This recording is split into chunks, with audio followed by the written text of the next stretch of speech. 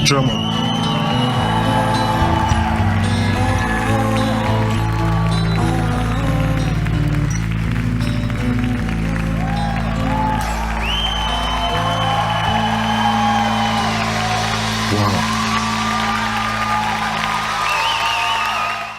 Wow. That was some awesome performance there by Pearl Jam.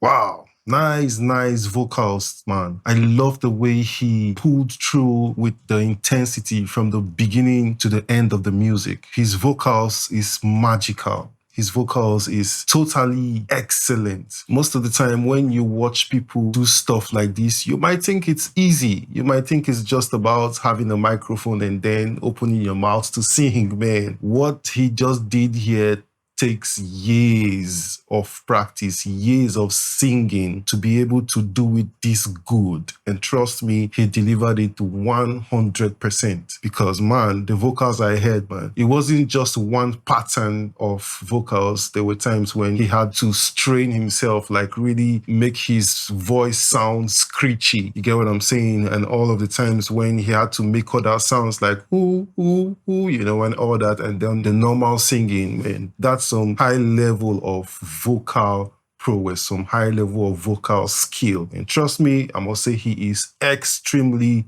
good vocally. I love the sound of his voice. I really love the sound of his voice. Whenever I watch music that has come from a very long time ago, one question that keeps popping in my mind is, how do they get to do this kind of songs that lasts generations? You know, it's a very important question that I really need answers to. I really want to understand how they get to do these songs many years ago and then it is still so relevant even in 2024, down to 25, 26, 27, 28, 30, 40, people would keep listening to these sounds. How do they get to achieve this kind of music? Is it the lyrics? Is it the production? Is it the instrumentation? Is it the people that sing the songs? I really don't know. I really need to understand. Is it the writing? Is it the melody? Is it the harmony? I want to know, how do they get to achieve this kind of music? Because I'm sure there were a whole lot of other bands, a whole lot of other musicians back then during their days whose music didn't last this long.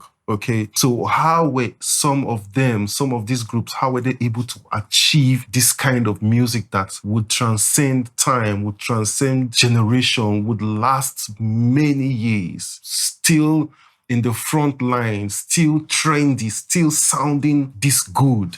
How do they get to achieve these things? I really need to know. Someone tell me in the comment section how they get to achieve this. Because trust me, what I just heard now is still something that would sound good in the next 20 years, in the next 30 to 40 years. It will still sound this good. It will sound legendary. It would sound vintage, epic, man. I don't know how they get to achieve these things, but what I just heard now was just grand, not noisy, even though they had a lot of guitars. The music was just there. Some very high level of professionalism. And then with the limited technology they had back then, with the limited, would I even say knowledge of technology they had back then, they were still able to do stuff that would transcend generations. You know, many songs have come and gone, many artists have come and gone, but these particular songs, they still remain. How do they get to achieve this kind of music? Wow. I just loved the concept of the video also, having all of the artists and the musicians sit down and do that kind of rocky sound. If I wasn't watching, I would just picture in my mind that they were all standing and playing and all that. But on this one, they were just sitting down, having audience all sitting down quietly and playing their stuff. And then they had the audience clap at the end of the music. I love the concept of that music. It was more like they wanted to listen. They wanted to listen to the song. They wanted to enjoy the song down to the end. So there was little or no distraction while the singer was doing his thing. Yeah, I loved the level of composure in the room. So it was a nice one there. This sounds really different from what I hear nowadays. truly, it sounds totally, totally different. You see this genuineness, you see this sincerity in the music and also in the musicians. You see the passion in their faces as they play and as they sing, man. I think